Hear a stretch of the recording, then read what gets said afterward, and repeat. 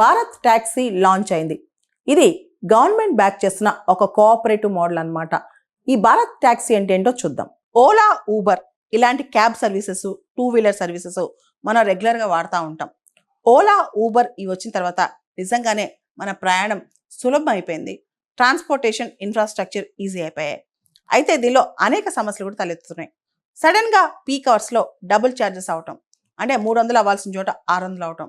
దాంతోపాటు సడన్గా cab services cancel అవటం, క్యాబ్స్ డర్టీగా ఉండటం, కొన్నిసార్లు బిల్లింగ్లో ట్రాన్స్పరెన్సీ లేకపోవటం, ఇలాంటి సమస్యలు కస్టమర్స్ ఫేస్ చేస్తున్నారు. ఇంకొకటి డ్రైవర్స్, ఎవరైతే ఈ క్యాబ్ డ్రైవర్స్ ఉంటారో వాళ్ళు కూడా ఎక్కువగా ఎక్స్‌ప్లాయిటేషన్ గురవుతున్నారు.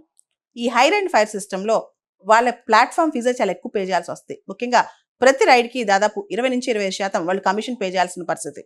ఈ సందర్భంలో వీటన్నిటికీ ప్రత్యామ్నాయంగా ముఖ్యంగా డ్రైవర్ సేఫ్టీ, వాళ్ళ యొక్క లైఫ్ స్టైల్ కోసం, దాంతోపాటు కస్టమర్స్ సపోర్ట్ కోసం అండ్ ఖర్చు తగ్గటం కోసం ఏదైతే ట్రాన్స్పోర్టేషన్ ఉందో అది అందరికీ లభ్యమేలా ఉండటం కోసం గవర్నమెంట్ ఆఫ్ ఇండియా కొత్త ఐడియాతో ముందుకు వచ్చింది. అదే భారత్ టాక్సీ. ఇది మల్టీ స్టేట్ సహకారీ టాక్సీ కోఆపరేటివ్ లిమిటెడ్ ద్వారా ఏర్పడిందనమాట. దీన్ని multi state cooperative societies act కింద రిజిస్ట్రేషన్ చేశారు. దీని యొక్క ఆథరైజ్డ్ క్యాపిటల్ 300 crores అనమాట.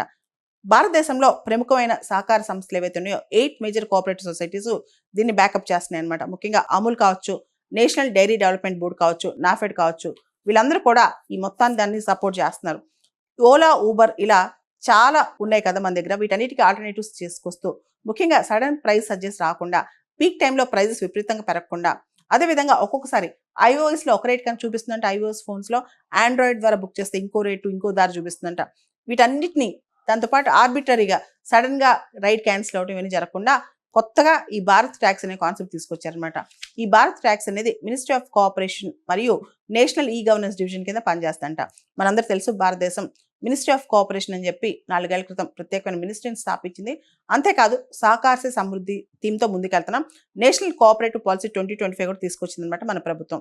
ఎవరైతే ఈ భారత్ ట్యాక్సీలో భాగం అవ్వాలనుకుంటారో డ్రైవర్స్ అందరూ కూడా ఒక మెంబర్షిప్ ఫీజు కట్టాలి. ప్రతి రైడ్కి డబ్బులు కట్టక్కర్లా, ఒకటేసారి మెంబర్షిప్ ఫీజు కట్టాలి. అది యాన్యువల్గా కట్టాలా, మంత్లీ కట్టాలా, అవి పక్కన పెడితే ఇంకా ఆ మోడాలిటీస్ బయట రాలేదు, కానీ ఒక మెంబర్షిప్ ఫీజు కట్టాలన్నమాట.